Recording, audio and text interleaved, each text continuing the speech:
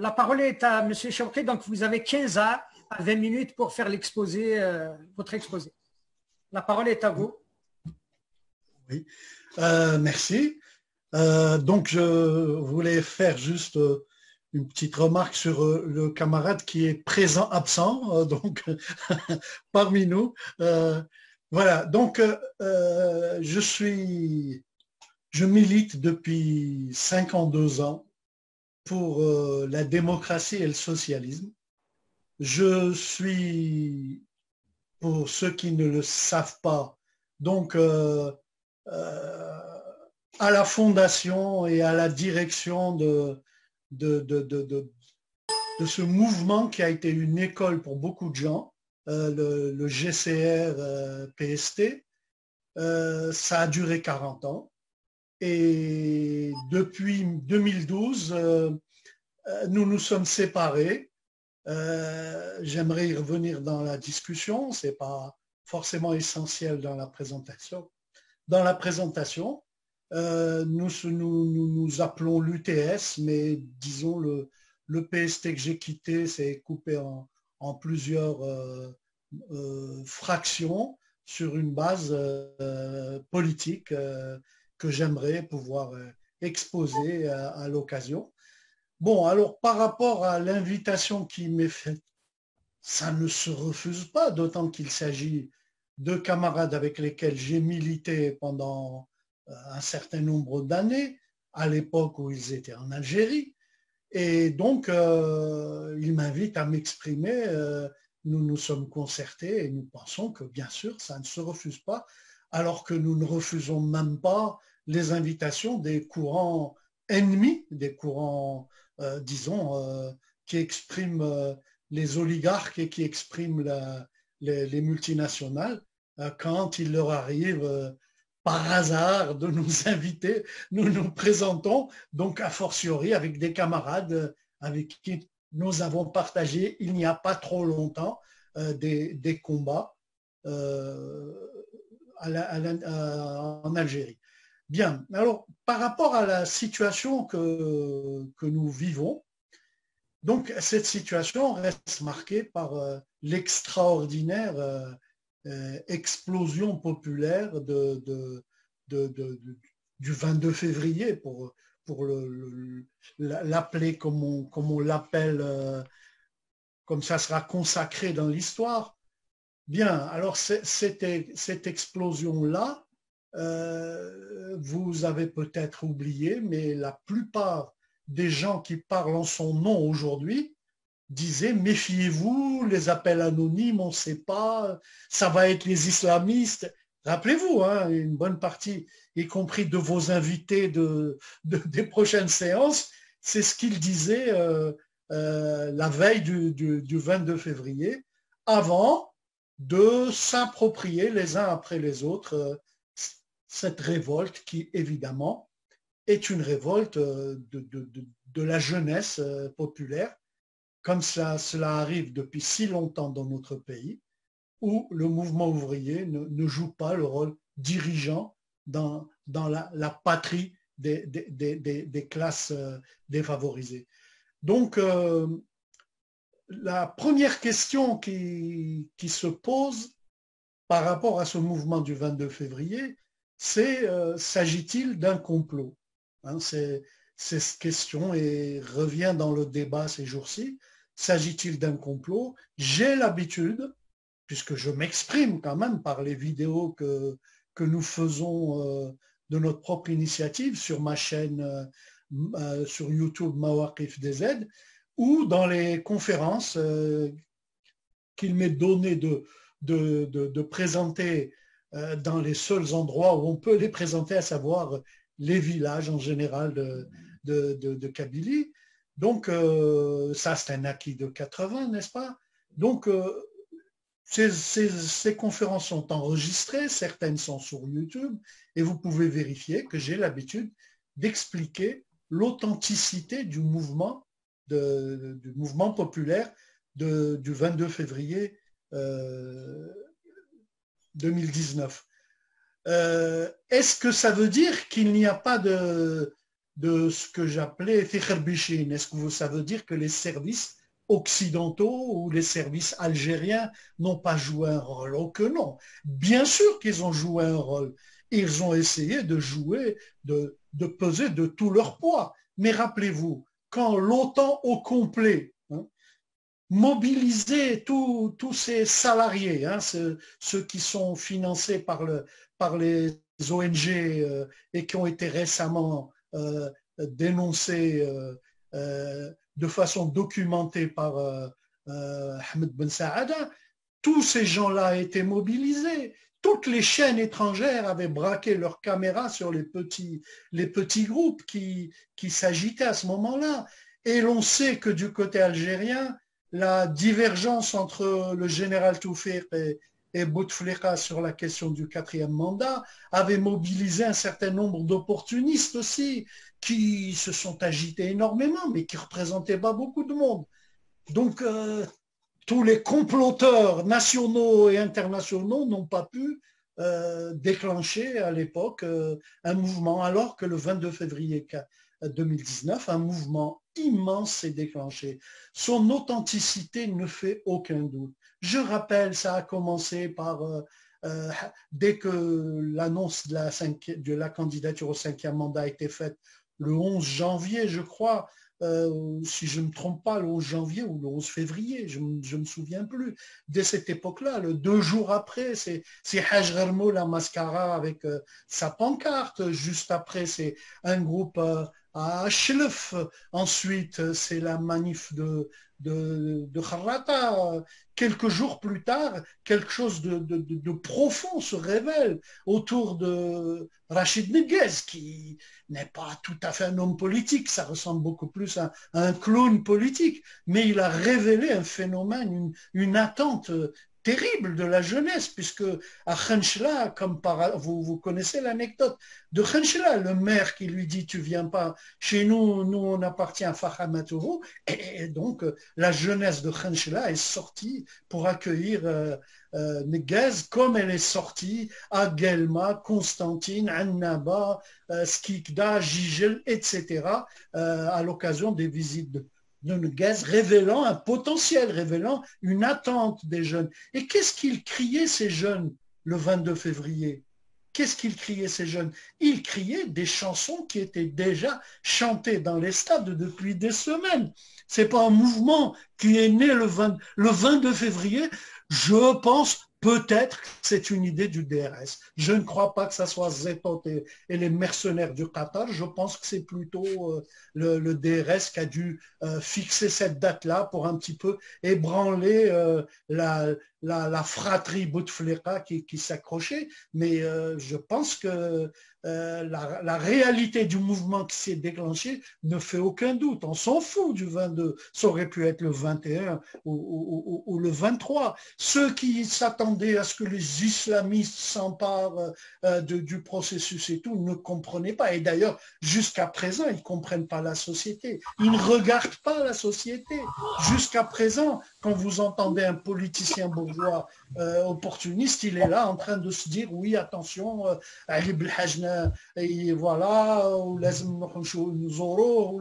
Abbasi Madani Mat, on lui rend hommage et tout. Et pourquoi? Parce qu'ils estiment qu'en Algérie, eh bien voilà, la situation est figée depuis 91, c'est l'islamisme, les Algériens sont comme ça et vous ne les changerez pas, etc. Eh bien non, les Algériens changent comme changent tous les peuples. Ils ont été d'une surprenante unanimité derrière le Fils en 89, 90, 91 et les choses ont changé depuis. Il y a eu une religiosité massive depuis 2001, mais la religiosité, ce n'est pas l'islamisme politique. C'est autre chose, c'est un phénomène d'une autre nature et j'avais fait une vidéo pour expliquer que l'islamisme était défait, était discrédité et qu'en cela, le mouvement et le réchappait totalement. D'ailleurs, c'est ce qu'on a vu en février, en mars. Qu'est-ce qu'on a vu plutôt en mars, en avril, qu'est-ce qu'on a vu? On a vu au maximum 20 personnes, 30 personnes qui pouvaient se réclamer de Belhaj ou qui pouvaient crier, et ils criaient, je me souviens, Doula Islamia Harrachia ou la Doula Islamia Boudouaouia, ce qui n'est pas islamiste, parce que comme vous savez, les islamistes, ils sont pour une Doula Islamia un peu plus vaste. Ça prouve une logique de décrépitude, de dégénérescence locale, etc. Et c'était de courants tout à fait minoritaires, jusqu'à ce qu'on voit ces groupes-là d'islamistes multazimin avec Belra et Wishma Hnaya ou Lahya ou Gandora et tout ça, défiler à côté de jeunes filles en fleurs, en pantalon en couleur, etc. etc. Bon, c'est une défaite. Je me souviens d'un vendredi où les imams ont tous protesté contre le fait que les manifestations avaient lieu pendant Salat al-Jumu'ah. Parce que vous l'avez peut-être oublié, mais les manifestations de février et mars, je ne parle pas du 22 février, mais mars-avril, les manifestations commençaient le matin. Elles n'attendaient pas les gens d'après 14 heures arriver à la manifestation. Et donc, ce mouvement-là, il a aussi constitué une rupture par rapport au discours dominant. Le discours dominant, rappelez-vous, le discours dominant, c'était l'idole, c'était Kamel Daoud. Kamel Daoud, c'est les Algériens sont sales, c'est des violeurs, c'est des musulmans, c'est des, je sais pas, c'est des bougnoules, quoi, résumons-le, etc. Et Kamel Daoud, 22 février arrive, il n'y a plus. C'est devenu une fierté d'être algérien, une fierté d'être de ce peuple, etc. Et Kamel Daoud s'est rallié à cette unanimité l'espace d'un ou deux textes avant de s'enfermer dans un silence déçu. C'est beaucoup plus tard qu'il a proclamé la mort du Hirak. Donc, il y a quelque chose qui s'est déroulé, quelque chose qui a rompu avec l'unanimité ambiante, etc. Et les gens qui parlent, les gens qui ont la parole, les gens qui ont les journaux, les gens qui ont accès aux journaux, qu'est-ce qu'ils disaient à l'époque? Eh bien, ils disaient comme vous à Montréal. Ils disaient « Il paraît Rahomigolo », parce que ce n'était pas eux qui disaient.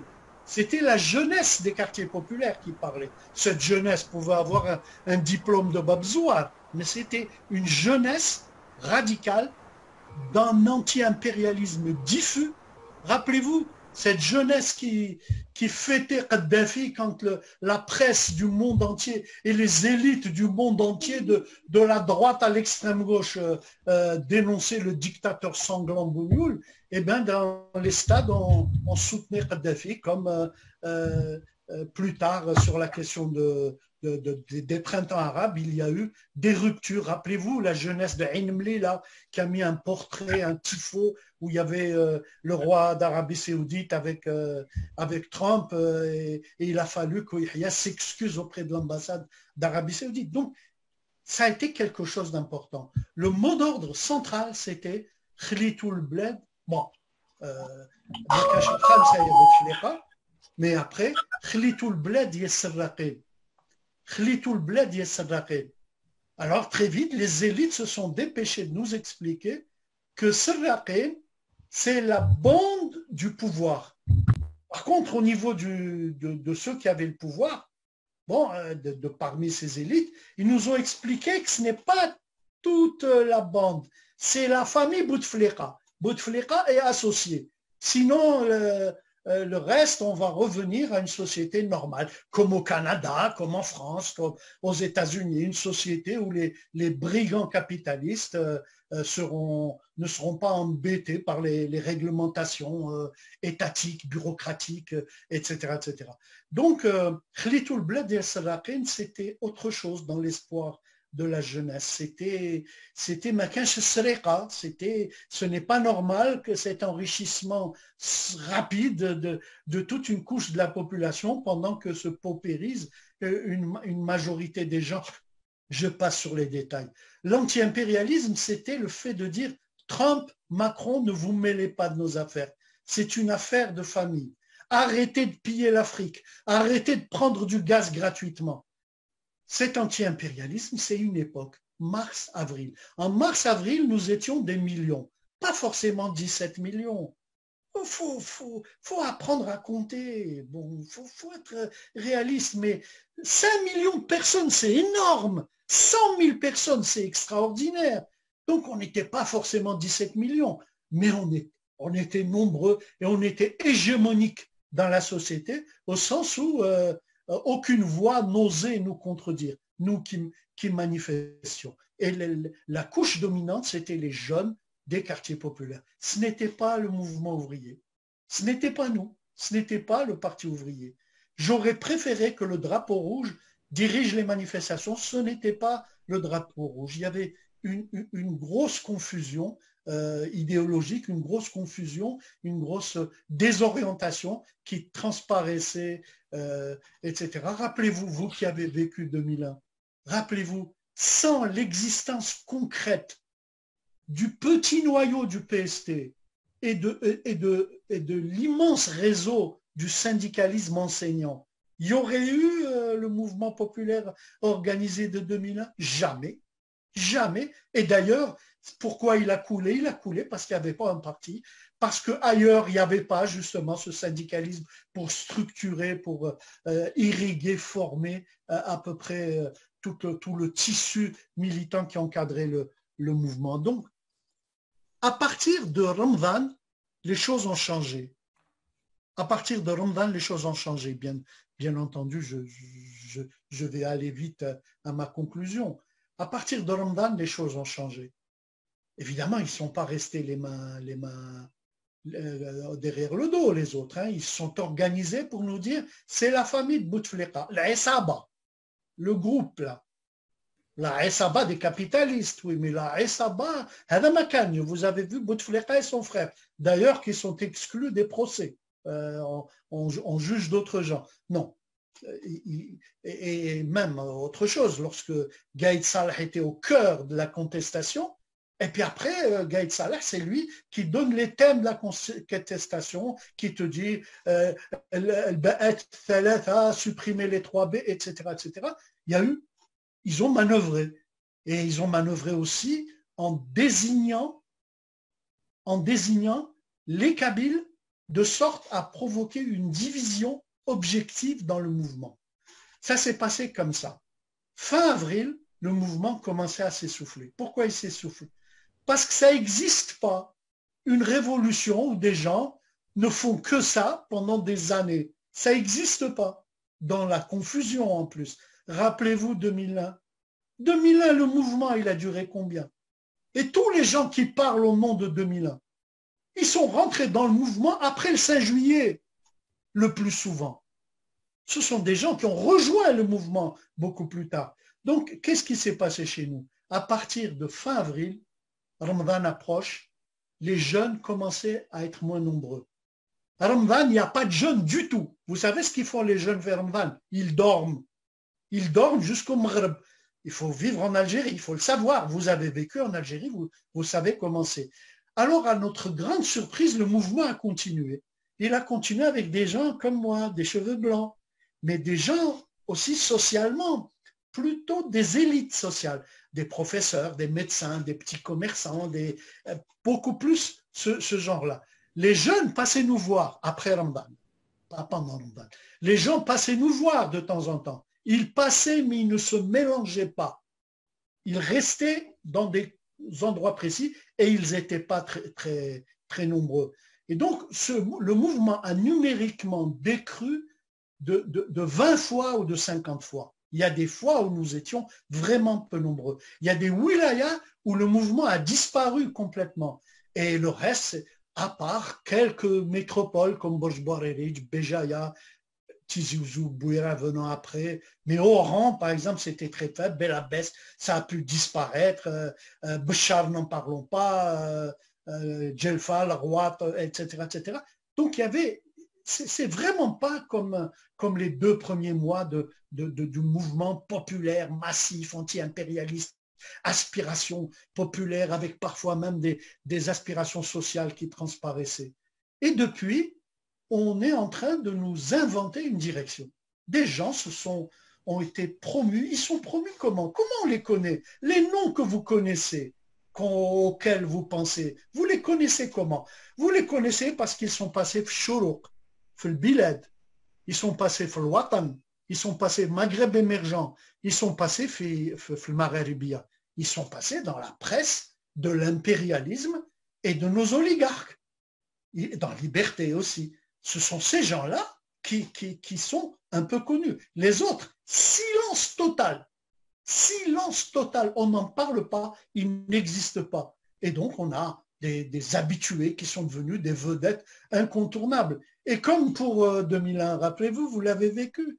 Après, la légitimité du mouvement, c'est eux. C'est pas ceux qui ont fait le mouvement. C'est eux qui représentent le mouvement, c'est eux, voilà, etc. Alors, beaucoup d'autres questions sont à débattre. Bon, j'attends plutôt de savoir comment on va l'aborder, mais si j'ai quelque chose à dire, le mouvement ouvrier n'existe pas pour structurer un mouvement ouvrier massif, implanté par des noyaux, pour structurer cette immense explosion populaire de mars-avril. Et donc, dans la déroute et le recul, on est encore plus faible et nous sommes encore plus faibles devant les appareils de l'impérialisme et les appareils de nos milliardaires nationaux, patriotes, etc., qui veulent voler ici, chez nous, etc. Donc, évidemment, pourtant, est-ce que ça veut dire que la classe ouvrière est absente? Non. Il y a des milliers de luttes sociales qui n'apparaissent pas. Quand on les évoque sur le thème de la moquerie. Vous connaissez le pauvre Gugus qui trimballe son sac de semoule. Un camarade, Ahmed Naïtamer, qui disait « Comment savent-ils ce qu'il a voté? Ce qu'ils voient simplement, c'est qu'il est pauvre. C'est une insulte infamante pour les pauvres. On considère d'avance que les pauvres ne sont pas du camp de ces braves gens qui nous proposent un avenir meilleur. Un avenir meilleur sans les pauvres, sans les bousbar, à chaque fois, il y a des noms comme ça. Bakr, ils disaient cachiristes, demain, ils diront... Essayez de conclure, hein. Les 20 minutes sont passées, essayez de conclure ton intervention. Voilà. Et donc, ben voilà, il faut se bagarrer pour que ces luttes sociales qui existent, ce mouvement-là, puisse avoir d'abord sa propre vision du monde et ensuite puisse avoir sa propre représentation. Bon, pour une introduction comme ça, ça me suffira. J'ai une question pour vous, c'est comment faire pour quelle alliance avec les forces démocratiques qui se battent pour au moins les libertés, que faire avec ces forces-là? Et j'ai fini. Donc là, Chokri, vous avez quelques minutes pour répondre ou faire vos commentaires. Oui. Merci. Bon, de toute façon, c'est une discussion. C'est un peu difficile. Je dois vous dire que c'est même assez difficile. Bon, en fait, la première analyse du mouvement donnée par les élites qui nous gouvernent à travers le monde, c'est les Algériens n'ont plus peur, ils ont du courage, enfin c'est des hommes et des femmes, et ils sont sortis manifester. Ce n'est pas vrai, nous avons eu des dizaines de milliers de luttes courageuses, y compris avec mort d'hommes, y compris avec des balles, y compris avec des violences beaucoup plus violentes que la répression policière, familiale que nous avons eu dans les manifs du Hirak, parce que franchement, comparé aux gilets jaunes, comparé aux brutalités de la police des États-Unis ou celle d'Espagne à Barcelone, nous avions des promenades en famille, disons-le réellement. Alors que nous avons eu dans le passé des moments très pénibles, y compris des moments où on tuait et qui fait le fameux mot d'ordre de pouvoir assassin qui n'a plus sa place aujourd'hui, mais qui se rapporte à 2001, quand il y avait des assassinats concrets à balles réelles, etc. Bien. Maintenant, cette explosion de la jeunesse, même si elle n'exprime pas parfaitement, même si elle n'est pas organisée, ce n'est pas tout le peuple. Qu'est-ce que ça veut dire tout le peuple se révolte? Il se révolte contre quoi?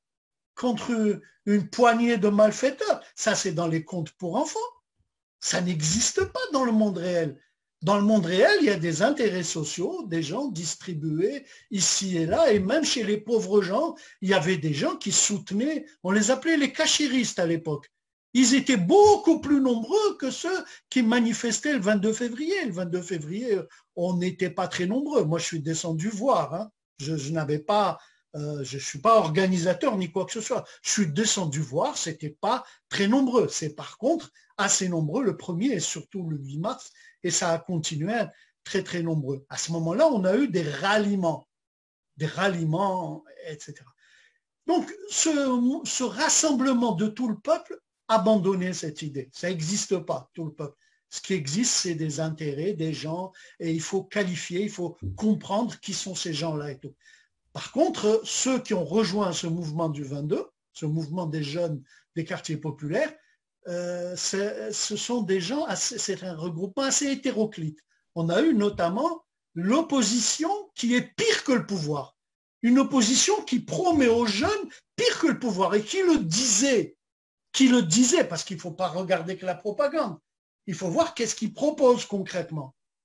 Par exemple, cette idée pour l'instant, on s'occupe d'établir la démocratie. On enlève la dictature, on fait un régime démocratique. Ça existe, ça?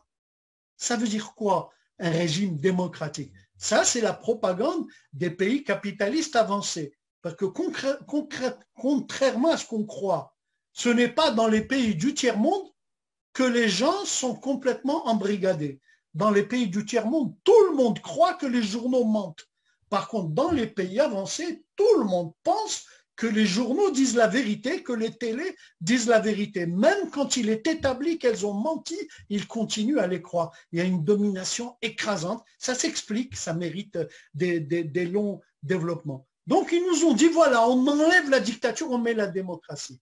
C'est des gueules de démocrates que ces gens ou je démocrates, regardez ce qu'ils faisaient dans leur parti. C'était des monarchies. Les gens, les mercenaires du Qatar, c'est des démocrates, ça. Regardez ce qu'ils proposent. Regardez comment ils fonctionnent. D'ailleurs, le fait même que ce soit des mercenaires, ça les condamne d'un point de vue démocratique. Le fait qu'ils fonctionnent avec de l'argent du Qatar, ça les condamne. Donc, toutes ces personnalités, etc., etc. Regardez ce qu'ils proposent concrètement prenons un exemple, hein, l'exemple le plus mignon. Madame Zoubida Assoul. Madame Zoubida Assoul, c'est une personnalité odieuse du régime. Madame Zoubida Assoul, magistrate à Khanchila, a eu une promotion accélérée à 30 ans. Elle se trouve en haut au ministère de la Justice et ensuite, elle se trouve au CNT. C'est quoi le CNT? C'est un parlement désigné. C'est des gens qu'on a mis comme députés à la place des gens qui ont été élus. Bon, après, je suis contre le fils, c'est pas ça le problème, mais c'est ça, Zoubida Assoul. J'aurais pu être au CNT, moi, pour mon parti. On avait droit à 2 places. Ragda ou te manger, charia, logement ou la chambre d'hôtel. Pourquoi on n'a pas accepté? Donc, Zoubida Assoul ensuite se réveille au 4e mandat quand Toufik est contre le 4e mandat. Elle apparaît ensuite dans le soutien à Arderi, après avoir été dans l'autre sens, je ne sais plus comment ça s'appelait, Mouatana, etc. Elle intervient en soutien à Arderi. C'est quoi Arderi? Arderi, c'est le candidat de Toufik Erbrab. C'est ça le changement? C'est ça la sortie du régime autoritaire? Soyons sérieux. Ces gens-là ressemblent au pouvoir qu'ils veulent enlever. Et c'est d'ailleurs pour ça que les cooptations sont si faciles. Un bonhomme, il est avec toi, il manifeste le lendemain, rafle le panel. Ou le Redouan Mendek, il va être, eh bien, si ça se trouve, ceux qui ont refusé d'y aller, ils sont encore plus loin et encore pire. Donc, c'est un conte pour enfants de raconter que, voilà, on enlève les méchants et on place un gouvernement de tout le peuple. C'est un conte pour enfants que de raconter, on va installer la démocratie. Qui c'est qui va la tenir démocratique, cette démocratie? Ce fonctionnement démocratique, qui c'est qui va le porter? S'il n'y a pas une force sociale qui porte cette aspiration démocratique, qui c'est qui va le faire? Un texte? Regardez qu'est-ce qu'ils nous proposent concrètement, y compris, bien sûr, les gens du PAD, ce qui est une solution odieuse sur laquelle je reviendrai, je suppose qu'on en reparlera. Mais qu'est-ce qu'ils nous proposent? Ils nous proposent une transition. Voilà, on arrête, on vote pas, on participe pas. Dawa Mzoura ou l'Askar ou ce qu'on va faire, on va changer le régime. Alors on va mettre des personnalités. Qui les choisit, ces personnalités?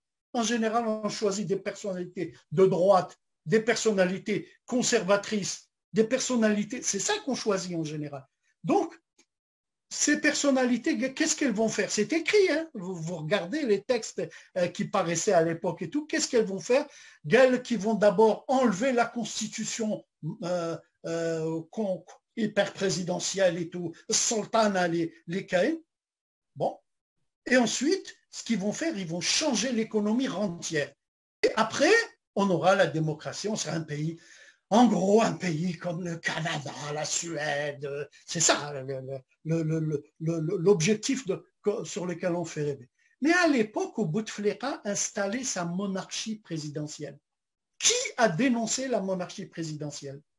Toutes ces personnalités dénonçaient le nombre de mandats. D'un point de vue un peu raciste, il faut faire comme les civilisés, 2 mandats. Est-ce que quelqu'un a demandé à Angela Merkel combien elle faisait de mandats? Est-ce que quelqu'un a demandé à Netanyahou combien il faisait de mandats? Non, personne.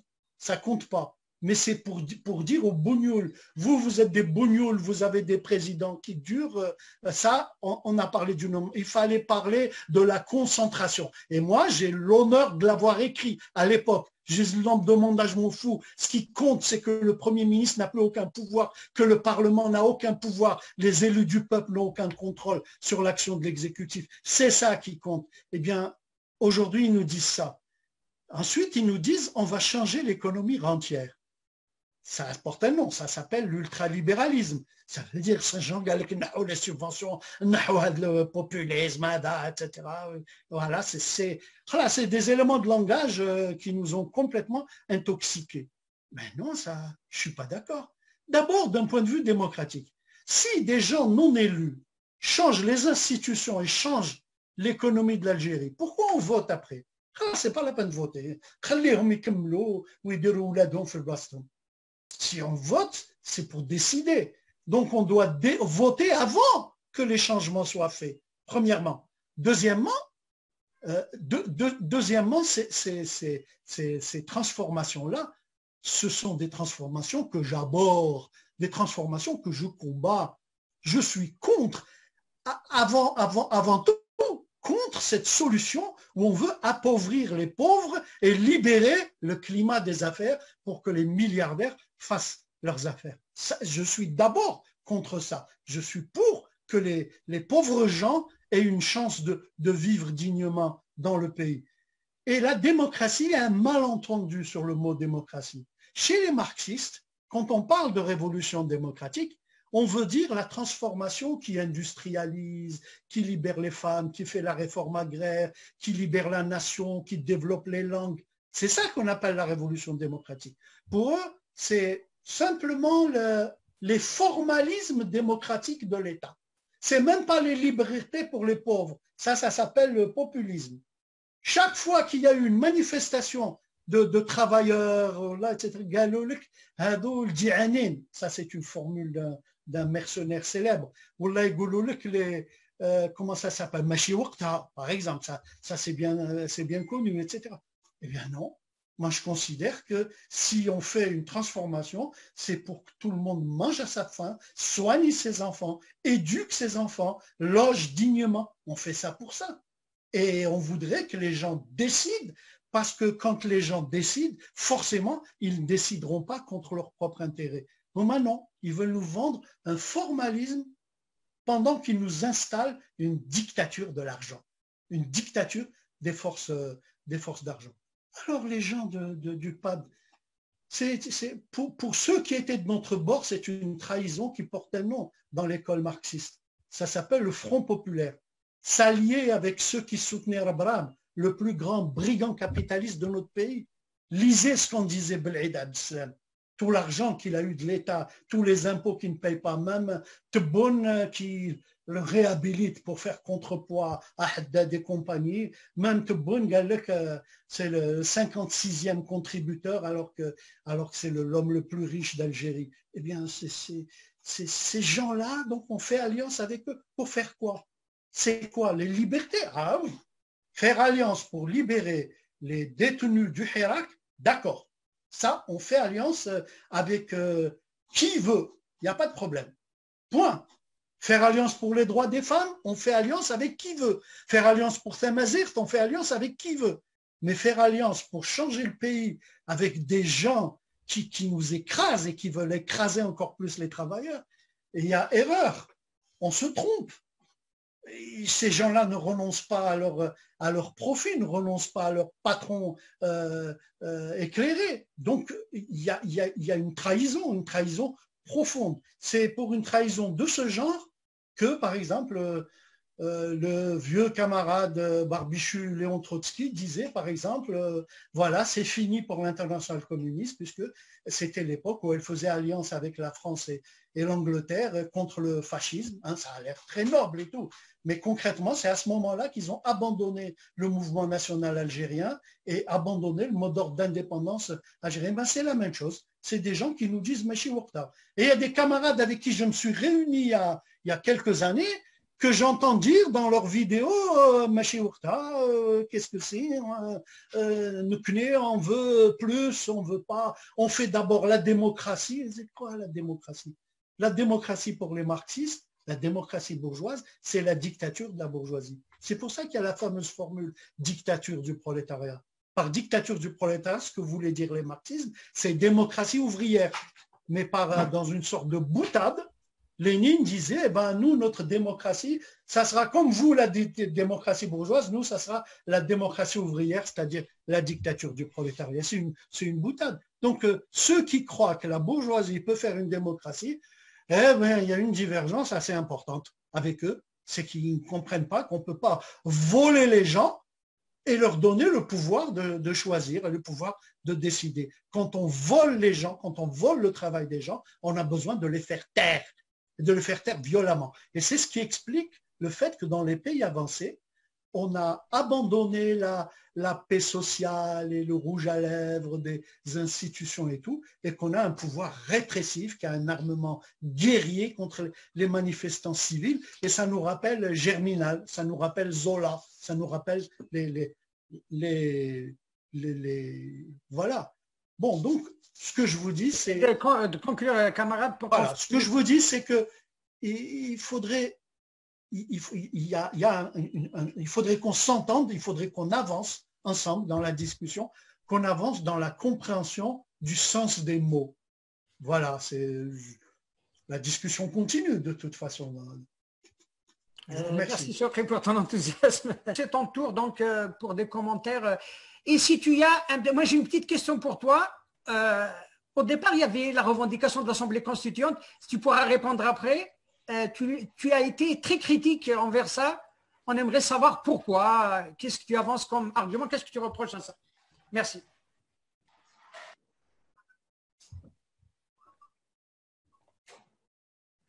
Ton micro, Chokri, hein? Je pense que c'est moi qui l'ai fermé. Tu m'as coupé mon micro. Oui, coupé à tout le monde parce qu'il y avait des bruits de fond. Voilà. Écoute, tous les camarades, bon, de toute façon, encore une fois, rappelez-vous, c'est un débat, c'est-à-dire on ne dit pas tout, on ne répond pas à tout, c'est humainement impossible, etc. Et il faudrait des années pour qu'on se convainque, etc. Et même pas tous convaincus de tout, on peut faire des choses éventuellement ensemble si ça se trouve. Alors donc, Badruddin, par exemple, tu disais, et tu en faisais une caractéristique de la révolution, le retour du politique. Bon, en fait, j'ai expliqué à différentes reprises toutes ces années-ci, pendant que d'autres racontaient des âneries du genre acheter la paix sociale et tout. Moi, j'expliquais que le traumatisme des années 90 nourries par les horreurs du printemps arabe de l'OTAN, bon, c'est-à-dire donc l'horreur renouvelée des printemps arabes de l'OTAN. Ces choses-là ont fait qu'au niveau du peuple algérien, au niveau des masses populaires algériennes, on freinait sec, on ne voulait pas de changement politique, ce qui n'empêchait pas des luttes courageuses. Imaginez un pays où il y a 500 sièges de mairie fermés. Vous connaissez ça dans les démocraties très démocratiques, etc. Imaginez, j'estime qu'en 2011, 2010, etc., il y avait plus de luttes sociales, d'émeutes, de grèves que dans tous les pays d'Europe occidentale réunis. Je parle de l'Algérie, bon, je ne vais pas développer, j'ai eu l'occasion de le dire dans des vidéos, etc. etc. Bien. Alors, ce qui s'est produit, c'est cette fois-ci, de façon surprenante, inattendue, personne n'avait annoncé ça, il y a eu l'acceptation par de larges masses de jeunes d'abord, les autres n'ont fait que rejoindre, hein, bon, des larges masses de jeunes, l'acceptation de l'idée d'un changement politique. C'est quelque chose, donc pas la révolte radicale. La révolte radicale en disant oui, on change le pouvoir. Et ça, c'était quelque chose qu'on s'interdisait à cause on ne s'interdisait pas moi. Moi, en tant que militant, j'appelais à un changement politique, bien entendu. Je ne faisais que ça. Et radical, si possible. Mais je veux dire, au niveau populaire, il y a eu acceptation de l'idée d'un changement politique et c'est une nouveauté, c'est une surprise. Et il y a eu une repolitisation. Parce que ce n'est pas la répression du pouvoir qui a fait que les partis étaient désemparés, groupusculaires et tout. C'est le fait que le peuple s'est retiré des partis. Il s'est retiré de l'action politique. Il ne considérait pas utile l'action politique. Les groupuscules qui continuent à exister, c'était des groupuscules qui existaient sur la base des clientèles électorales. C'est-à-dire, ce groupe-là, dans chaque commune de Kabylie, par exemple, bon, les deux partis auxquels je pense, et dans chaque commune, il y a quelques dizaines de clients qui peuvent faire la section ou les gens qui se mobilisent le jour du vote. Le lendemain du vote, rassembler 300 personnes, c'est difficile. Une fois, par hasard, on va faire un grand rassemblement en l'honneur du grand chef, etc. Mais une fois par hasard. Bien. Alors ça, j'espère que ça va continuer. Cet élément-là, j'espère que ça va continuer. Même si la déception que nous vivons peut faire de gros dégâts. Ne regardez pas ce que racontent les journaux, que ce soit les journaux de l'oligarchie, des multinationales, que ce soit ceux du pouvoir. Ne regardez pas, et il faut toujours se relativiser. Je parle pour les journaux de l'étranger aussi, hein, c'est pareil. Ne regardez pas. Et il faut faire un effort. Et on a vraiment besoin d'une organisation implantée pour comprendre le réel. On peut pas, c'est-à-dire le comprendre simplement avec son cerveau très intelligent et tout. Qui qu'on soit, hein, ça veut dire, même si une grille de lecture aide beaucoup, etc. Alors, je vais vite hein, alors, le copain Malek, mon ami Malek Manslama, me dit, tu dis le mouvement est mort, je ne crois pas qu'on puisse dire le mouvement est mort, etc. Il l'a répété un certain nombre de fois. Est-ce que j'ai dit que le mouvement était mort? J'ai décrit une première phase massive, jeune et tout, et une deuxième phase essentiellement couche moyenne, avec des mots d'ordre droitiers, qu'aujourd'hui, vous, à Montréal, vous pensez être les mots d'ordre du Hirak. L'histoire de l'indépendance, il y en a marre des généraux. Vous n'avez même pas remarqué que ça a changé de langue. On ne dit pas il y en a marre des généraux quand on est supporter de l'USMA. Réfléchissez un peu, il y a quelque chose qui a changé. Et avant de parler de la transition, il en a fallu du temps. Même la petite bourgeoisie n'a parlé de la transition que vers décembre, etc. Avant, le mot d'ordre, il était dans quelques panneaux, il n'était pas dans les mots d'ordre criés. Bon, il y a une manœuvre particulière par rapport à la Kabylie, sur laquelle je ne développerai pas puisque ce n'est pas dans les questions et ça nous ferait traîner. Alors, lorsque tu t'adresses à moi, tu dis le mouvement est mort, je ne crois pas, etc., etc., moi, je n'ai pas dit ça. Ça me fait penser à, par exemple, Ben Saada qui fait son livre où il dénonce des agents de l'impérialisme avec des documents, des preuves. Et moi, je savais que c'était des agents de l'impérialisme. On connaît, on sait que, et on a eu l'occasion de faire des allusions dans mes vidéos, dans les articles de mon ami Helfaoui, etc., des allusions à ces agents de l'impérialisme. Bien.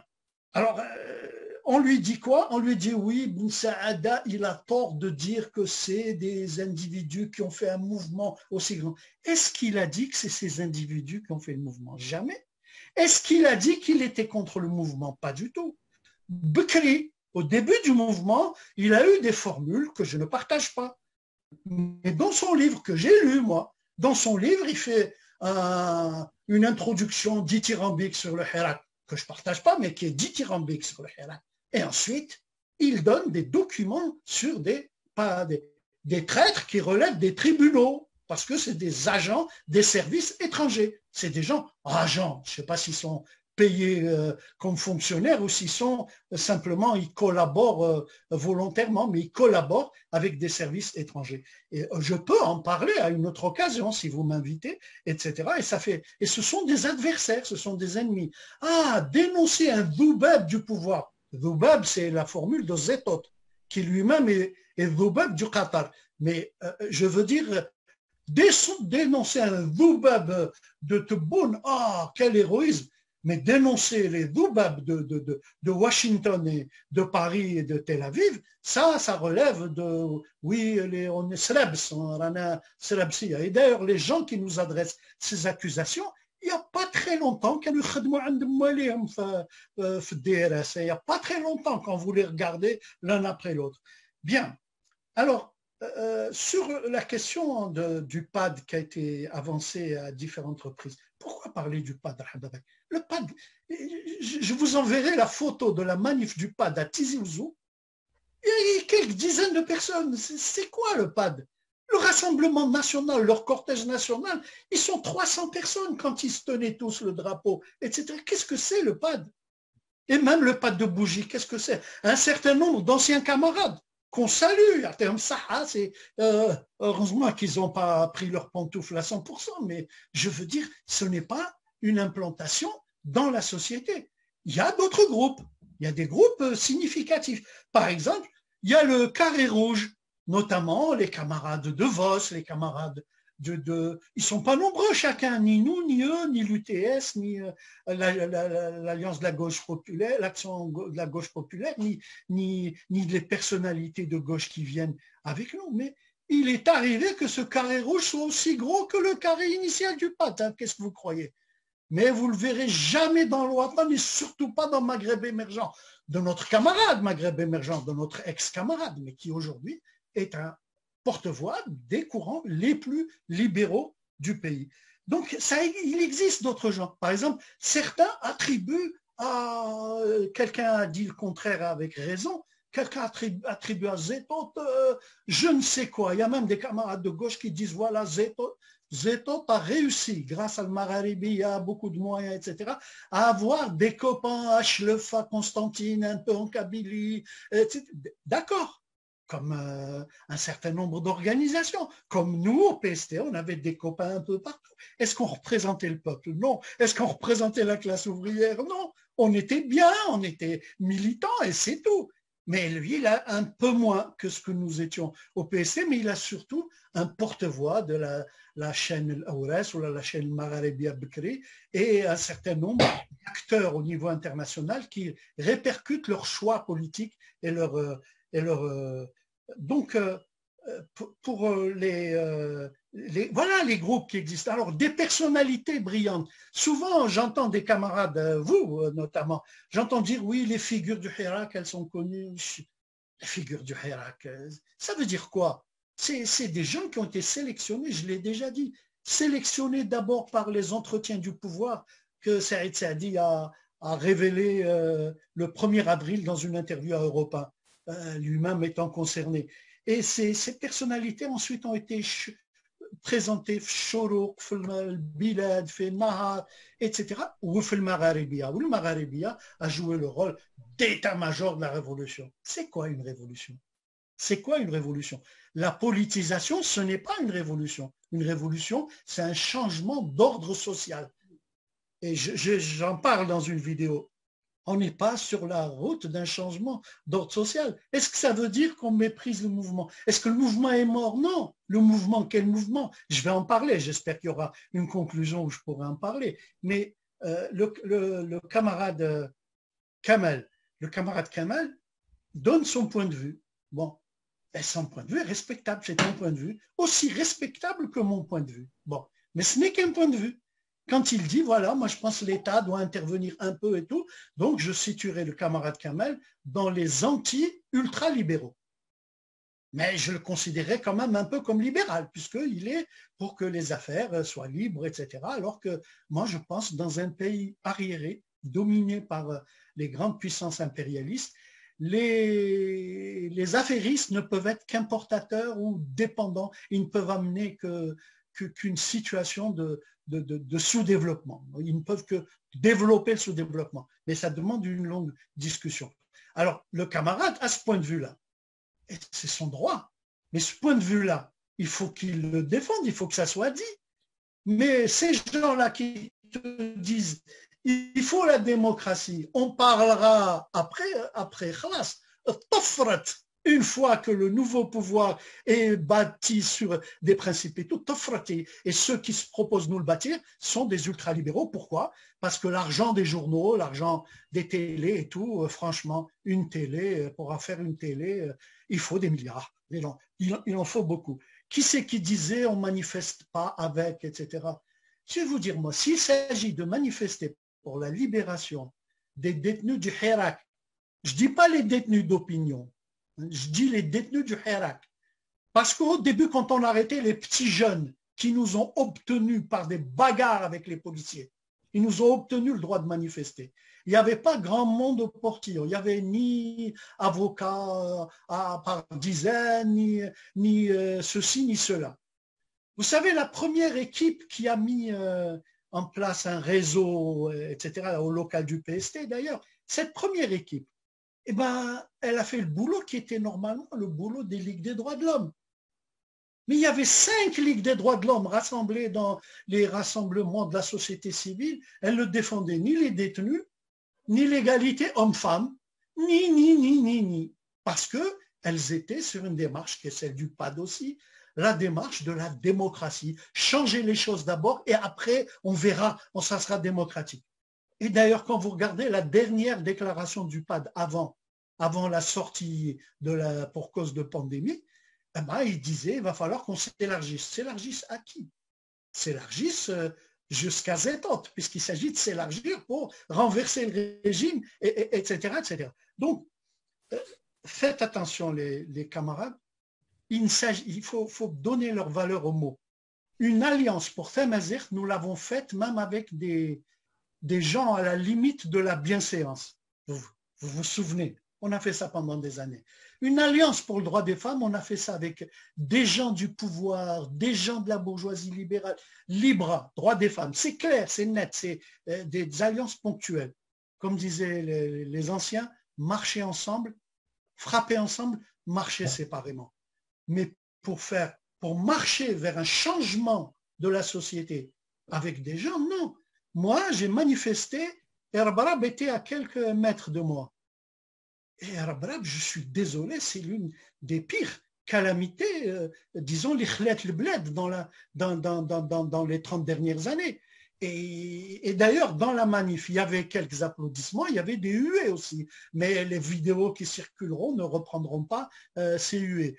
Toute la classe politique célèbre, connue, a été chassée des marches, vous le savez. Saïd Saadi, les islamistes, ils ont tous été chassés les uns après les autres. Donc, manifester avec ces gens-là, eh ben, c'est parce qu'on rejoint un mouvement populaire. Mais ce mouvement populaire, il ferait mieux d'avoir une plateforme. Alors, la plateforme du carré rouge qui se voyait tous les jours à 14 heures, place du 1er mai, avec des hauts et des bas, etc., il y avait dedans des choses utiles. Par exemple, on disait la tirade de Mohamed Arrouj, on disait la santé, l'école, c'était dit. Alors que si tu ne la dis pas, pourquoi veux-tu que ça soit automatique? Eux, ce qu'ils veulent, c'est privatiser la santé pour gagner du fric. Eux, ce qu'ils veulent, c'est privatiser l'école pour gagner du fric. Et c'est même pas algérien, c'est pas le pouvoir, c'est pas telle opposition islamiste, c'est pas ça. C'est la logique mondiale du capitalisme. Parce que nous, au niveau mondial, nous sommes dans un reflux mondial, nous sommes dans une phase de défaite idéologique, défaite au niveau organisationnel, au niveau des luttes. Et donc, la bourgeoisie est en train de reconquérir nos acquis. L'acquis de l'école gratuite, de la santé gratuite, l'acquis de la journée de travail à 8 heures, de la semaine de 40 heures, l'acquis du SMIC. Toutes ces choses-là sont rediscutées par les Macron de France, d'Europe, du monde et du tiers-monde. C'est un processus qu'il faut comprendre comme ça. Alors, est-ce qu'il faut y être? Moi, j'ai été dans toutes les manifs où j'ai pu. Du 22 février où on parlait, à côté du Palais du Peuple, où il y avait d'ailleurs les affrontements, et jusqu'à début mars, j'ai toujours été tous les vendredis, sauf quelques ennuis de santé, une fois ou deux. Mais disons, j'y étais aussi pour ne pas abandonner le terrain au courant rétrograde qui voulait s'approprier le mouvement de mars-avril parce qu'eux, ils survivaient avec des appareils, avec de l'argent. Comme d'autres se sont appropriés le mouvement populaire de 2001, où ils étaient persona non grata. Rappelez-vous, ils passaient à la télévision pour dire rentrer à la maison, on s'occupe de Famazer. Rappelez-vous.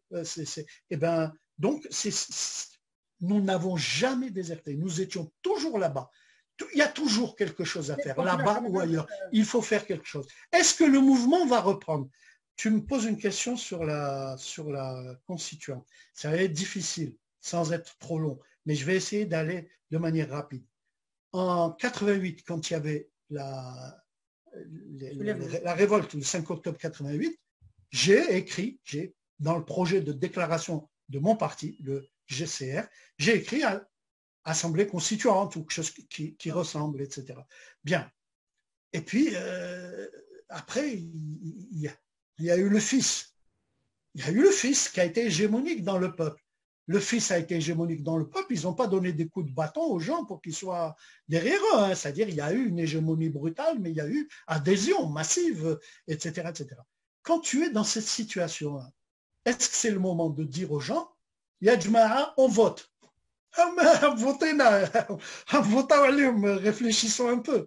Dans cette situation-là, dans ce moment-là, tu ne dis pas on vote.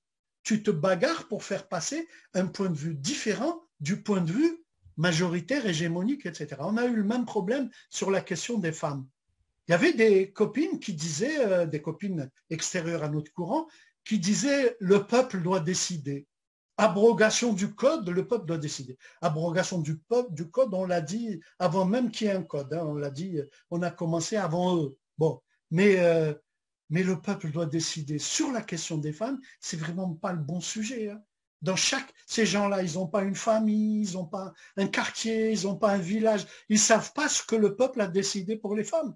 C'est pas sérieux. C'est-à-dire l'objectif sur la question des femmes, ce serait d'essayer d'intervenir sur le fond, de dire les femmes sont l'égale de l'homme, les femmes ont le droit de travailler, les femmes ont le droit d'avoir tel droit, etc. C'est cette bataille qu'on mène. On ne dit pas non, non, non, le peuple, il a déjà décidé. Et dans certaines régions, l'héritage de la charia, même douche. Alors, donc, c'est le peuple. Donc, soyons c'est valable pour la Constitution. Donc, en 98, quand Zerouel a démissionné, j'ai proposé un programme. Donc il y avait un élan général, une analyse et tout, méchante par rapport au régime et tout, et il y avait un programme d'action, un programme d'urgence démocratique et sociale. Cette fois-ci, le mot d'ordre constituante avait changé.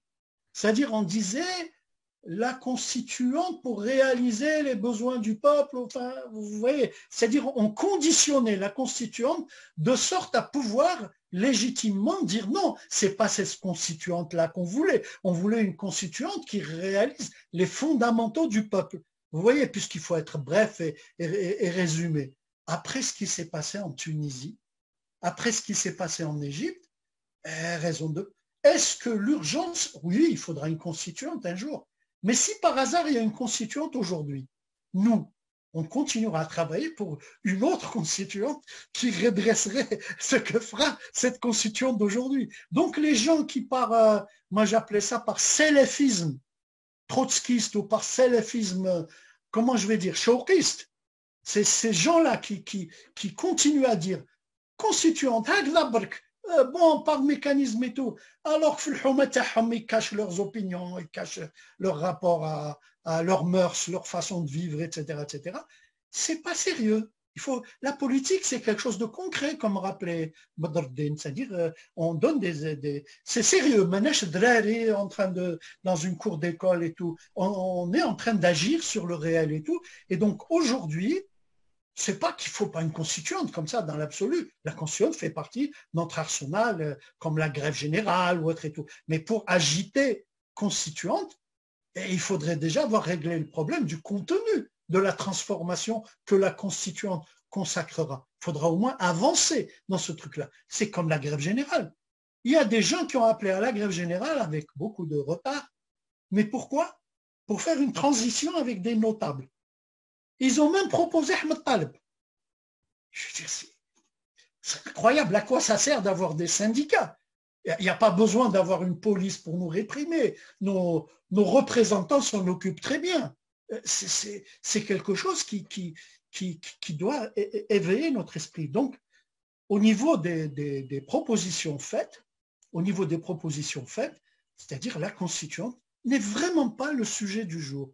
Le sujet du jour, c'est de travailler la société pour qu'elle prenne en charge les mots d'ordre sociaux, démocratiques, parce que même au niveau démocratique, pour reprendre la discussion avec Kamel, au niveau démocratique, eh bien, il y a à boire et à manger.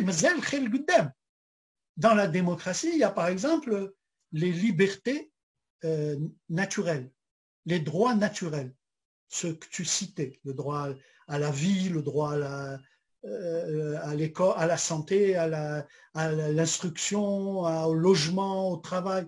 Ces droits-là, on veut les avoir en première priorité dans leur. Deuxièmement, il y a au niveau des libertés. On le disait dès le début, les libertés. On ne déserte pas le combat de la démocratie.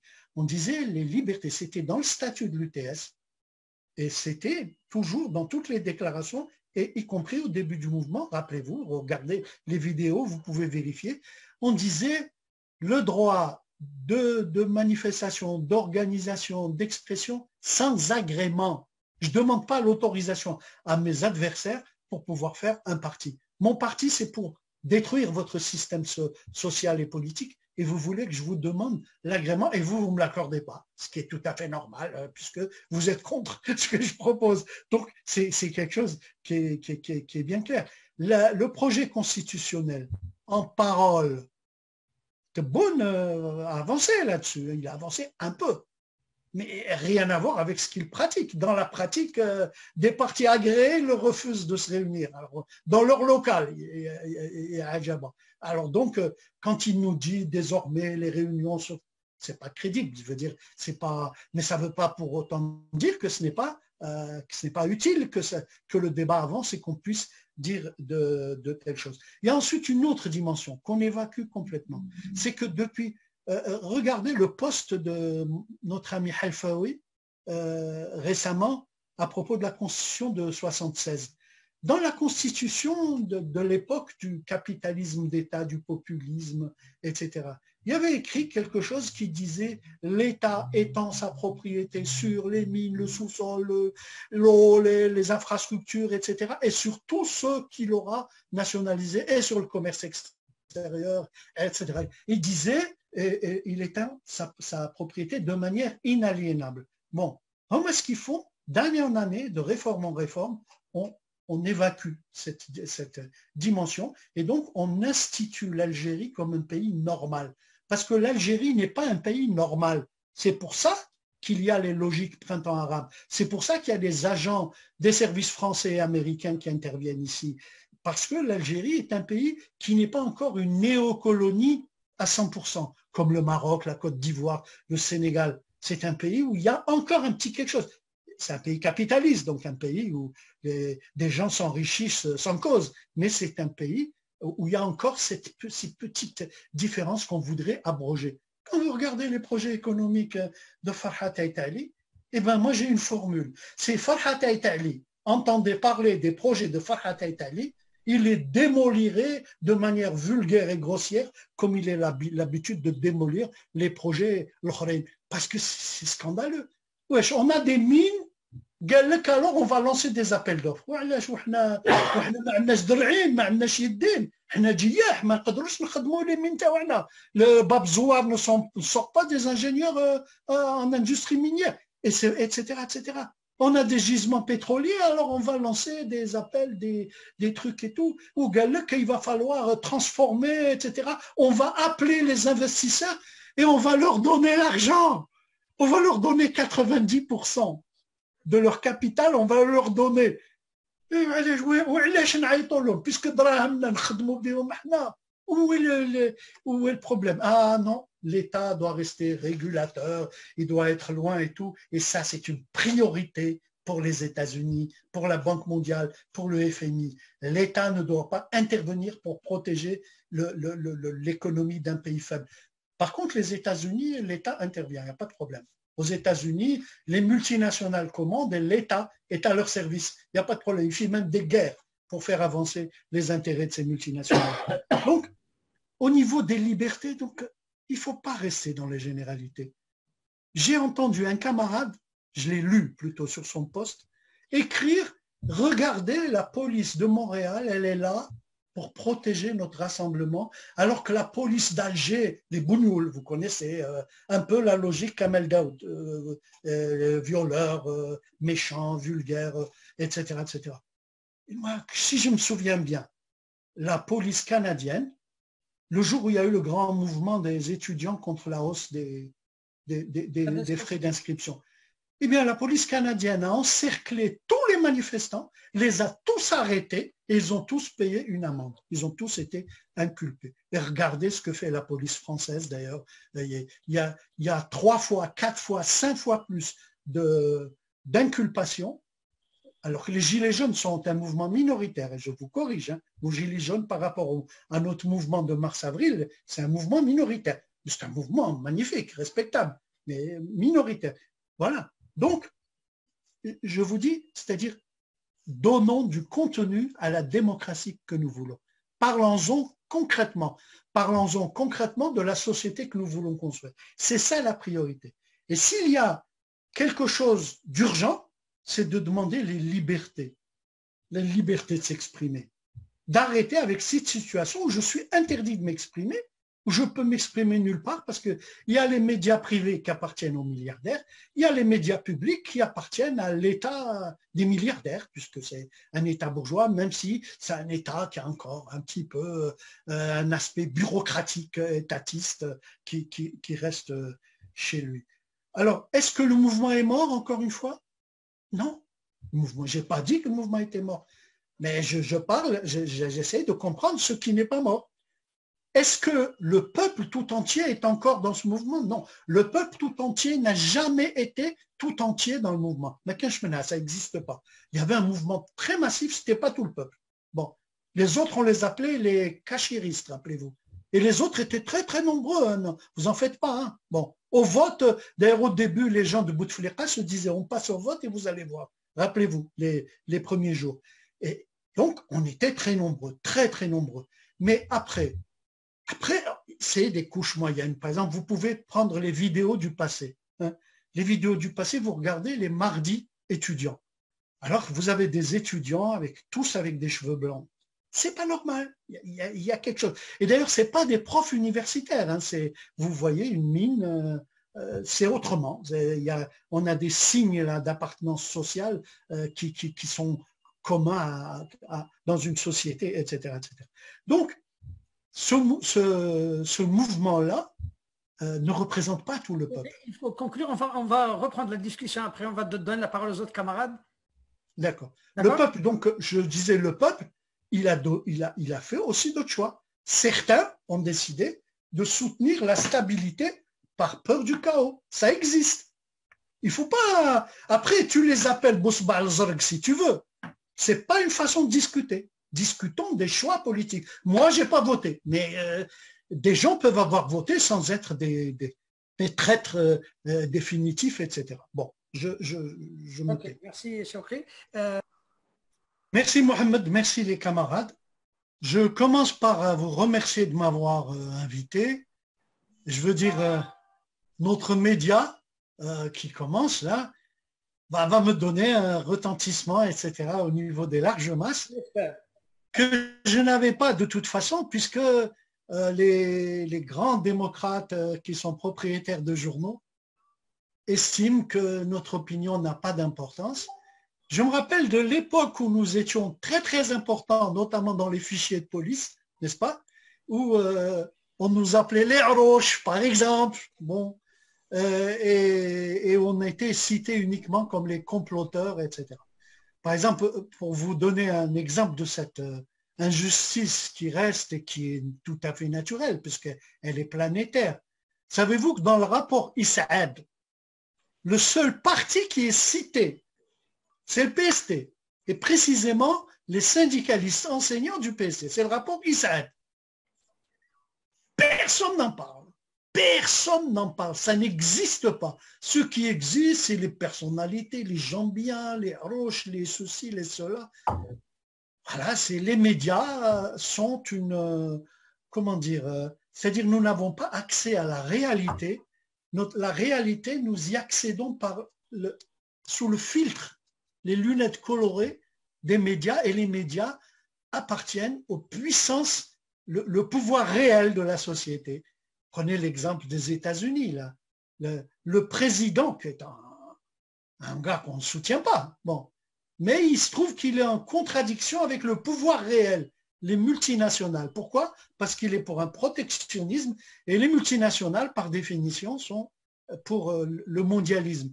Alors, donc, la police, le FBI, la CIA, le NSA, les juges, les journaux, le New York Times, le Washington Post, ils sont tous contre Trump et ils passent leur temps, je regarde CNN assez régulièrement, c'est une entreprise de propagande anti-Trump. Bon, et au niveau mondial, on dit, ouais, Trump, c'est de la gaz et tout, ça a l'air de coller, parce que qu'est-ce qu'on sait des États-Unis? Et c'est sûr, Trump, c'est pas ça le problème. Le problème, c'est que ceux qui le critiquent sont pires sur certaines questions, en dehors des trucs culturels. Bon, alors, donc merci. Mais en fait, sur l'essentiel, vous me faites un accueil très sympathique, mais bon, ce n'est pas une discussion qui va faire changer des certitudes assises sur je ne sais pas, 1 an et demi de lecture de l'Ouatan, de TSA, de Maghreb émergent, et de toutes les vidéos, etc. C'est quelque chose qui... Et ce n'est pas des visites en Algérie il y a quelques semaines et tout qui permettent... Nous-mêmes, on hésite avant de dire des choses parce qu'on n'est pas partout, je vous assure. Hein. On découvre des choses avec retard parce que la réalité, pour la maîtriser, il faut un parti implanté. C'est pour ça qu'on en construit toujours un, même quand on est au creux de la vague, on essaye de reconstruire. Un parti, c'est d'abord un programme, une idée, mais c'est aussi des militants qui le portent et qui sont en rapport avec la société. Un parti, ça doit agir sur la société, parce que sans ses racines et tout, d'abord, on ne comprend même pas la société qu'on prétend transformer. Ensuite, on n'a pas l'information sur ce qui se passe, on ne comprend pas vraiment où va le train. Alors, par exemple, l'une des idées, par exemple, qui est reprise et qui restera une conviction malgré la sympathie très forte que vous me manifestez, c'est que les masses sont toujours là. Il y a peut-être un reflux, mais les masses sont toujours là. Je ne sais pas. Il n'y a aucun moyen pour moi, par le raisonnement, de vous convaincre. Mais les masses, proprement dites, hein, elles sont dénoncées quotidiennement dans les statuts Facebook par les élites. Hein. Il y a par exemple un démocrate très célèbre, très connu, etc., que je nommerai pas, qui disait un peuple qui risque sa vie pour 1 kilo de zlabia ne mérite pas de vivre. Donc ensuite, ce sont ces gens-là qu'on appellera démocrates. Démocratie, ça veut dire pouvoir du peuple. Donc s'il estime que le peuple n'a pas le droit de vivre, bon, il n'est pas pour la démocratie. Donc il n'est pas pour que ce peuple ait le pouvoir. Et en tout cas, il est mal placé pour représenter ce peuple. Et c'est l'histoire aussi des Bousba al-Azraq, c'est l'histoire de la racaille qui se rassemble pour acheter des légumes, etc. Alors que, comme disait l'autre, quand c'est la même chose à Paris, on dira, voilà, un bol d'air frais sur les quais de la Seine, comme c'est sympathique. Mais quand c'est les bougnoules, ça c'est la racaille, etc., etc. Donc, en fait, il faut vous dire, les masses luttent très abondamment, dans une désorientation complète. Les masses luttent très abondamment. Il y a des camarades qui ont mis, des camarades pas de l'UTS, mais que je respecte, bon, qui ont mis en place une page sur Facebook qui s'appelle Vox Populi, que je vous conseille de consulter. Il y a les camarades de Vox, d'autres camarades qui publient sur leur page des informations sur les luttes sociales. Et ben vous verrez qu'il y a énormément de luttes sociales, énormément de luttes sociales. Et ces gens-là sont considérés comme des traîtres par les puristes du Hirak, entre guillemets, du Hirak qui a pignon sur rue, celui de Zetot qui est contre El Djihanin, ou celui de ceux qui veulent la démocratie, la vraie, la pure, etc., et qui ne veulent pas s'attacher à ces histoires, etc., ces histoires sordides. Donc il y a énormément de luttes sociales. Les masses y sont. Est-ce que les masses sont organisées, etc.? Non. Est-ce qu'elles ont un syndicat? Le seul syndicat un peu utile qu'il y a ces temps-ci, hein, quand je dis utile, c'est de la base au sommet, la seule organisation de type syndical, c'est la coordination des instituteurs qui subit régulièrement des menaces, y compris de Tubboune, etc., qui mènent une lutte. Je ne dis pas qu'ils ont un programme ouvrier révolutionnaire, jamais, jamais de la vie. Mais je veux dire, au moins, ils sont là pour l'objet qui est le leur, à savoir organiser la revendication depuis des mois des instituteurs. Tandis que les syndicats corporatistes, hein, que tout le monde applaudissait avec un souci de vengeance des élites contre les Bournouna, Boulhfa, etc., du GTA, etc., ces syndicats-là étaient bâtis sur un principe de mépris des catégories les plus démunies. Et bien, le résultat, c'est que quand il y a eu la grande bagarre politique, ils en sont arrivés tous ensemble réunis à proposer Ahmed Taleb selon les propres camarades qui m'ont informé. En tout cas, moi j'ai lu leurs déclarations au niveau de la grève et tout. Ils proposaient la même chose que proposent les avocats prestigieux, etc., qui sont du côté de l'ordre en place et qui ne sont pas du tout pour que ça soit changé. Oui, révolutionné, changé déjà. Bon. Alors, d'autres points de précision. Les islamistes ont-ils pris le Hirak? Je vous l'ai dit, j'ai fait une vidéo là-dessus. J'ai expliqué que les islamistes en tant que courant qui proposent le changement politique, hein, ces islamistes sont en régression, sont totalement décrédibilisés dans la société. Ce qui n'a rien à voir avec la religiosité galopante depuis 2000 ans. Bon, et cette religiosité ne signifie pas que ces gens-là sont islamistes. Ces gens-là vont voter Bouteflika. Moi, je me rappelle, à l'enterrement de notre camarade Erdogan, il y avait des barbus, il y avait rien à voir. Ils le connaissaient pour ses opinions, etc. Mais ils étaient là. Et donc, c'est cette religiosité massive, elle-même est en régression. Elle était dans un plateau, elle est en régression. Alors, si les islamistes ont pris le contrôle de l'Algérie, expliquez-moi comment Ali Belhadj est contre la fermeture des mosquées. Ali Belhadj, c'est des vidéos de 1,5 million de vues. Bon. Expliquez-moi comment Jaballah est contre la fermeture des mosquées. Et Tebboune, comme une lettre à la poste, ferme les mosquées et maintient la fermeture. Ou l'Eid Sghir ou le Baraka fi l'Eid l'Kbir. C'est qu'il y a quelque chose quand même qui s'est passé. C'est-à-dire les islamistes ne représentent pas la même chose comme courant. Les islamistes qui se sont exprimés sur la démocratie, ils ont dit on vote une fois.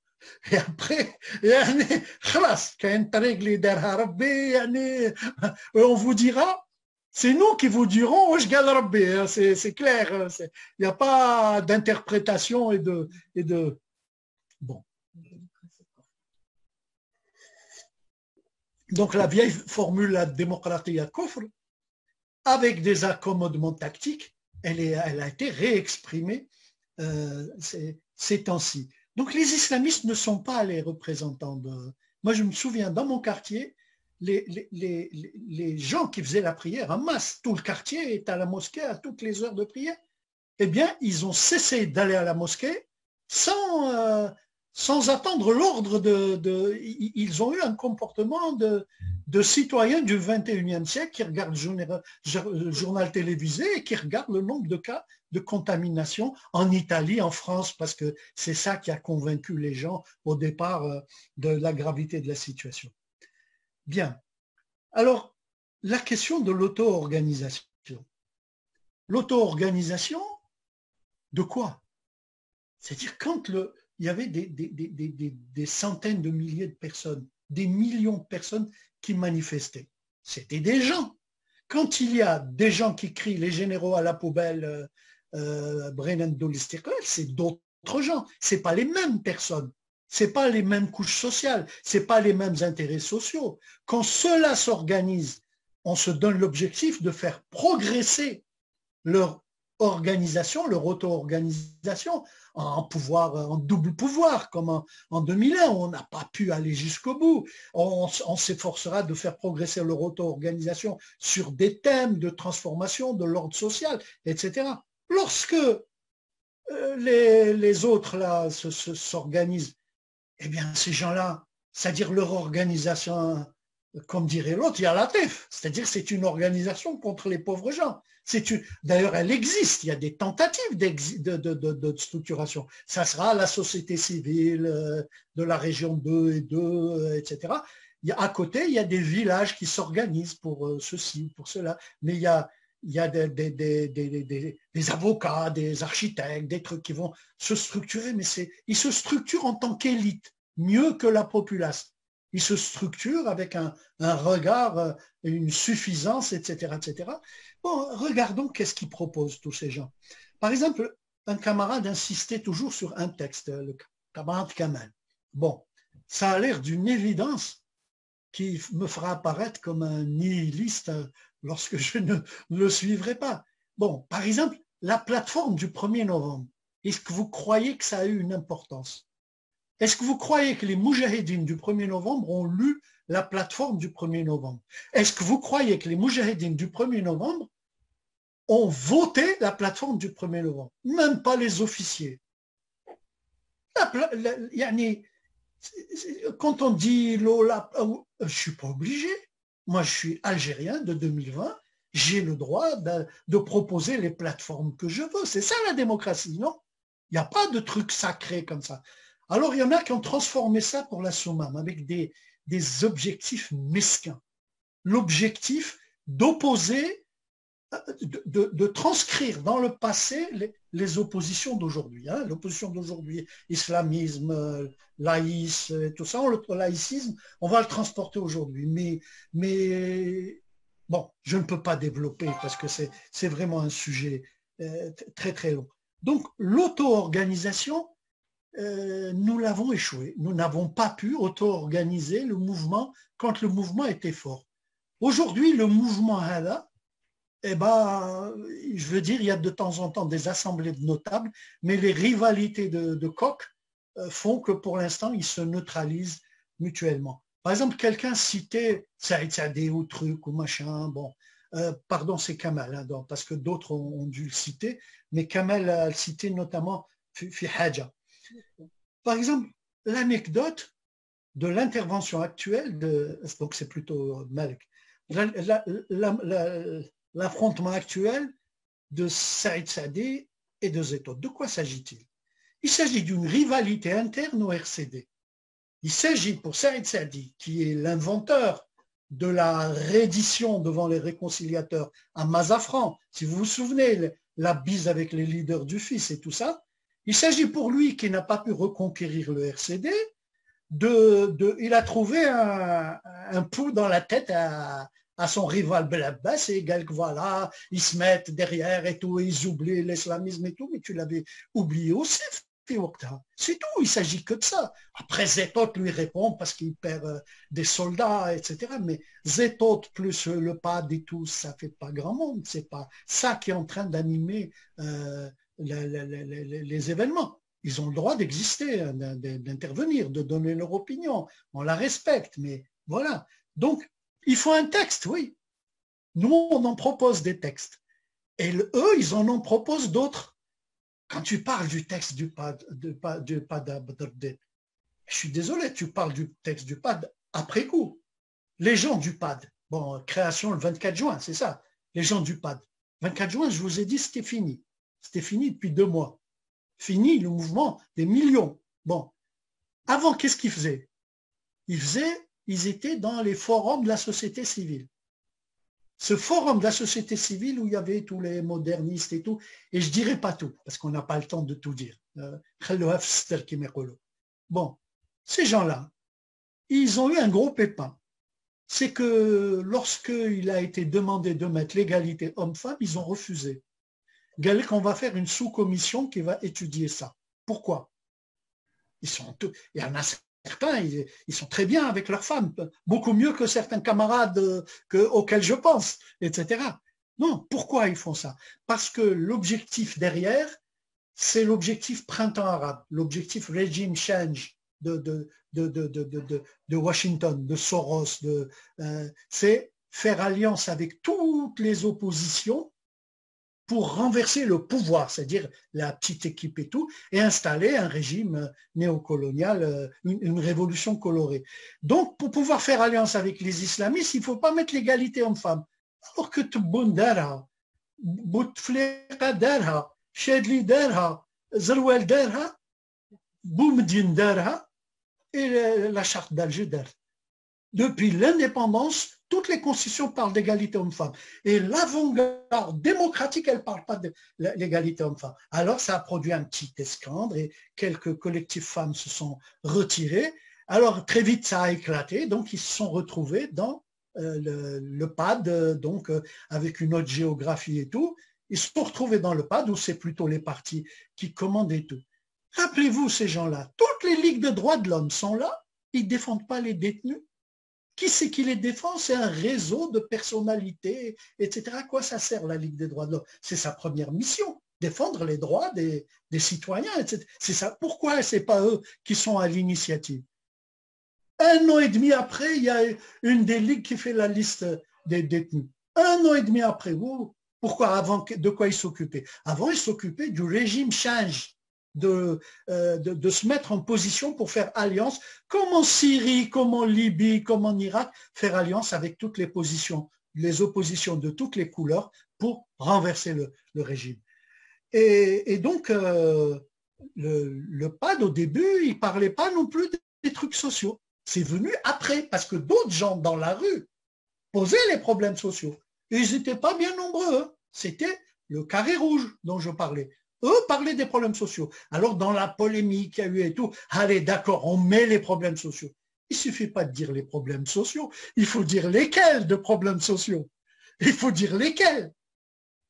Parce que sinon, qui c'est qui n'est pas social?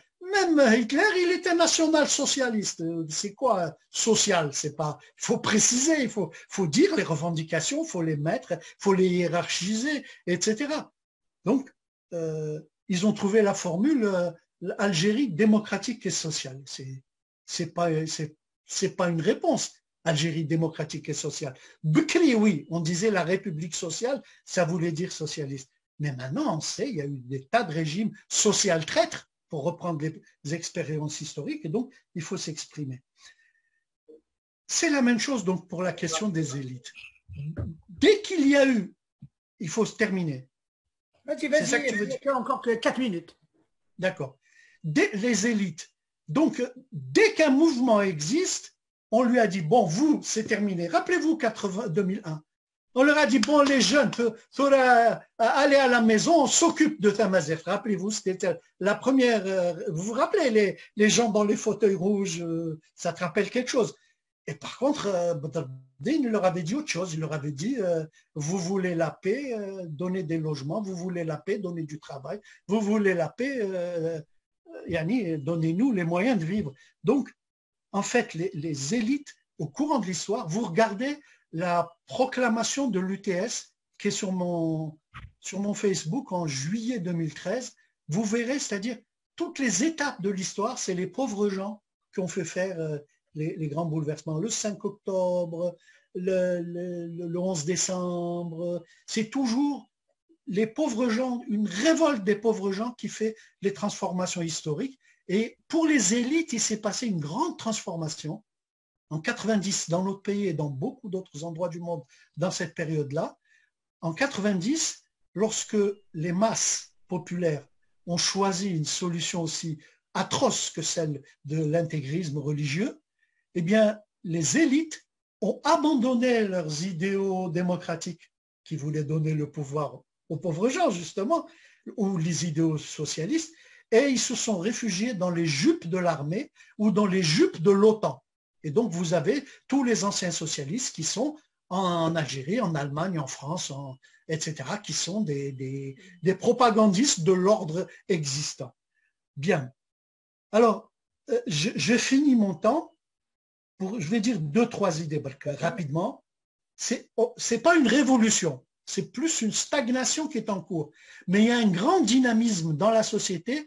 Je ne sais pas si on va redémarrer des manifs de vendredi. Je ne sais pas. Ce que je sais, c'est que Zetot disait « Faites attention, sinon ça va redémarrer avec des revendications sociales. » Eh bien, donc on avait raison d'espérer que ça redémarre avec des revendications sociales. Mais je vous dis, c'est pas gagné.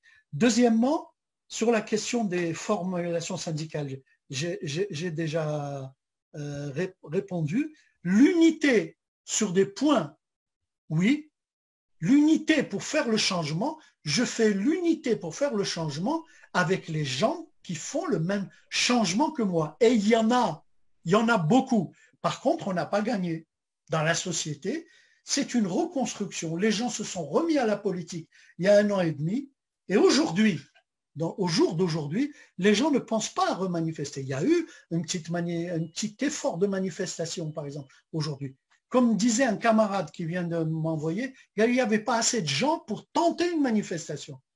Non, la situation n'en est pas là. On n'est pas mais l'histoire continue. La fin de l'histoire, c'était de la propagande des potes al-Hawari, la propagande des gens de l'OTAN, c'est tout. Ça n'existe pas à la fin de l'histoire. L'histoire va continuer. Et justement, est-ce que nous serons à la hauteur?